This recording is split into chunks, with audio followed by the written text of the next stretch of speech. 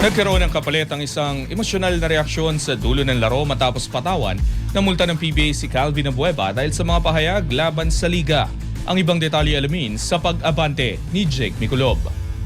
Muling nasangkot sa kontrobersya si Calvin Abueva matapos ang maanghang na komento laban sa game officials. Kasunod ng 99-93 na pagkatalo ng Converge Fiverr-Xers kontra Barangay Ginebra San Miguel sa PBA Season 50 Commissioner's Cup. Nakuhanan sa video si Abueva na sumisigaw ng paldo at paldo silang apat na tumuturo sa mga referee bago pumasok sa dugout ng Smart Araneta Coliseum. Umabot ang insidente sa Philippine Basketball Association na agad nagpataw ng 20,000 pesos na multa sa veteranong forward bagamat nakaiwas ito sa suspension. Ayon kay Commissioner Willie Marshall, hindi maaaring palampasin ang ganitong uri ng paratang laban sa mga opisyal ng liga at itinuturing ito bilang conduct detrimental sa interes ng PBA. Ipinatawag si Abueva sa Commissioner's Office upang magpaliwanag at kalaunan ay humingi ng paumanhin, kasabay ng pagtitiyak na hindi na mauulit ang naturang insidente. Sa kabila nito, muli niyang pinag-usapan ng issue sa social media matapos i-post ang kopya ng statement na may kasamang birong caption. Hindi pa nagagamit si Abueva sa ilalim ni Delta Pineda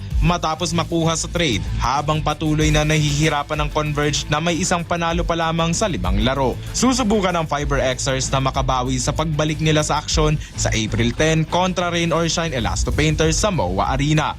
Ako, si Jake Miculob, Abante.